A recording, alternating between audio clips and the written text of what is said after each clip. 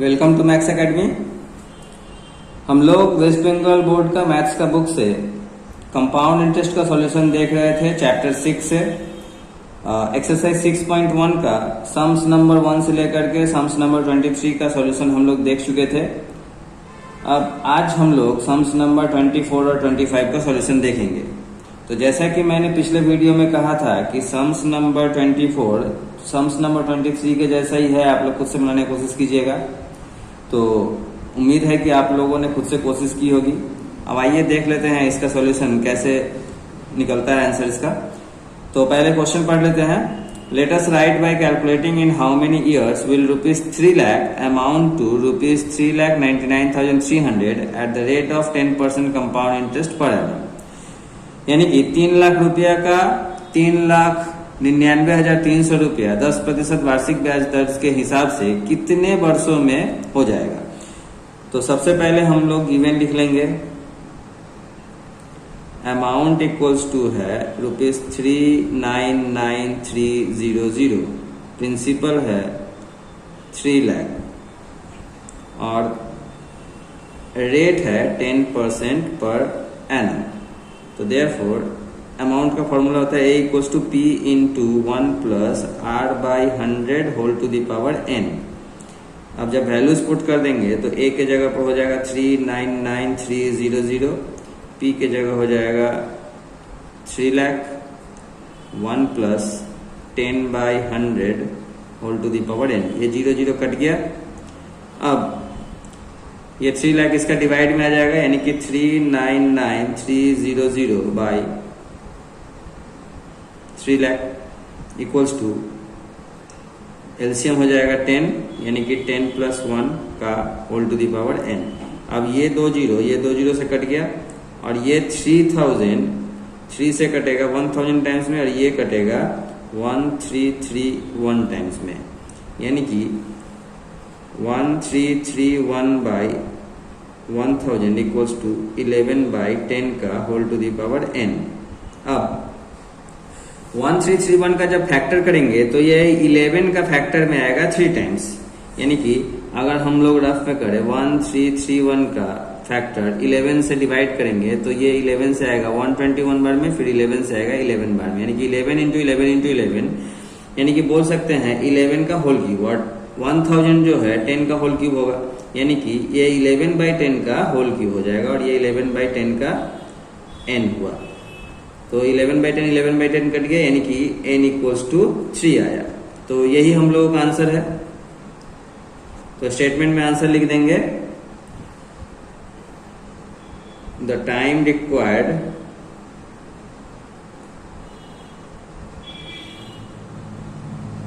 Will be 3 years। आइए हम लोग अब सम्स नंबर 25 का सॉल्यूशन देखते हैं। तो जैसा कि मैंने पहले ही बताया था कि सम्स नंबर 25 सम्स नंबर 18 के जैसा है, तो आप लोगों ने इसको जरूर कोशिश किया होगा। फिर भी जो है हम लोग इसका सॉल्यूशन देख ही लेते हैं। तो क्वेश्चन है, let us calculate the compound interest and amount on ₹1,600 for 1/2 years eight the rate of 10% compound interest per annum compounded at the interval of 6 months। यानी कि 6 महीने के अंतराल पर अगर कंपाउंड होता है तो 1,600 रुपए का 1.5 वर्ष में 10% वार्षिक ब्याज दर पर कंपाउंड इंटरेस्ट और अमाउंट कितना होगा, यही हम लोगों को निकालना है। आइए देखते हैं इसका सॉल्यूशन कैसे निकलता है। तो सबसे पहले हम लोग गिवन लिख लेंगे। तो प्रिंसिपल है ₹1,600 और रेट है 10% पर एनम और टाइम दिया हुआ है n इक्वल्स टू 1/2 years, यानी कि इसको बोल सकते हैं 3/2 years। अब अमाउंट का फॉर्मूला लिखेंगे। तो अमाउंट इक्वल्स होता है P इंटू 1 प्लस R/। अब देखिए यहां पर जो है 6 महीने के अंतराल पर कंपाउंड हो रहा है, यानी कि साल में कितनी बार हो रहा है, साल में हो रहा है 2 बार, यानी कि 6 महीने पर अगर कंपाउंडेड होगा तो साल में 2 बार कंपाउंड होगा। तो R को हम लोग 2 से डिवाइड करेंगे बाई 100, अब चूंकि r 2 से डिवाइड हुआ है तो n जो है 2 से मल्टीप्लाई होगा, तो n इंटू 2। अब वैल्यू पुट करेंगे तो प्रिंसिपल हो गया 1600 1 प्लस r 10/2 बाई 100 और n हो गया 3/2 इंटू 2। ये 2 कट गया, यहाँ 2 से जो है 10 5 टाइम्स में कटा, यानी कि 1600 1 plus 5/100 whole to the power 3। अब देखिए 5/100 है तो हम यहाँ पर भी इसको काट सकते हैं। अगर 5 को 100 से डिवाइड कर देंगे तो ये हो जाएगा 1/20, यानी कि 1600 एलसीएम लेंगे तो 20 ही होगा, यानी कि 20 प्लस 1 का होल क्यूब, यानी कि 1600 इंटू 21/20 इंटू 21/20 इंटू 21/20, क्योंकि ये पावर 3 था तो इसीलिए हम लोग इसको 3 टाइम्स लिख दिए। तब 2 जीरो यहाँ नीचे का और 2 जीरो ऊपर का कट गया। 2 से 16 कटा 8 टाइम्स में, 2 से 8 कटा 4 टाइम्स में, और 2 से 4 से ही काट देते हैं, 4 से ये कटा 5 टाइम्स में, यानी कि ऊपर बचा 21 इंटू 21 इंटू 21, यानी कि इन तीनों को जब मल्टीप्लाई करेंगे तो ये आएगा 9261 बाई नीचे बचा 5।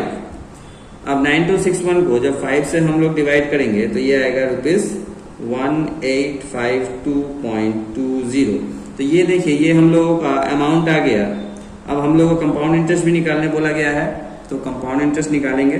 तो therefore compound interest equals to होता है a माइनस पी, यानी कि 1852.20 माइनस 1600, यानी कि ये होगा ₹252.20।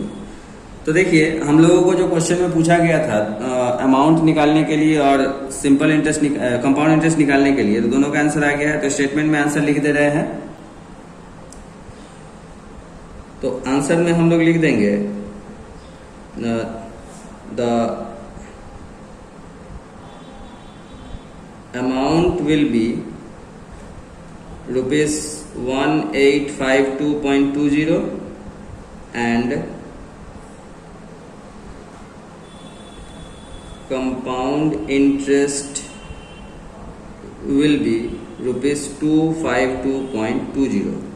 तो इस तरह से हम लोगों का कंपाउंड इंटरेस्ट का एक्सरसाइज खत्म हुआ।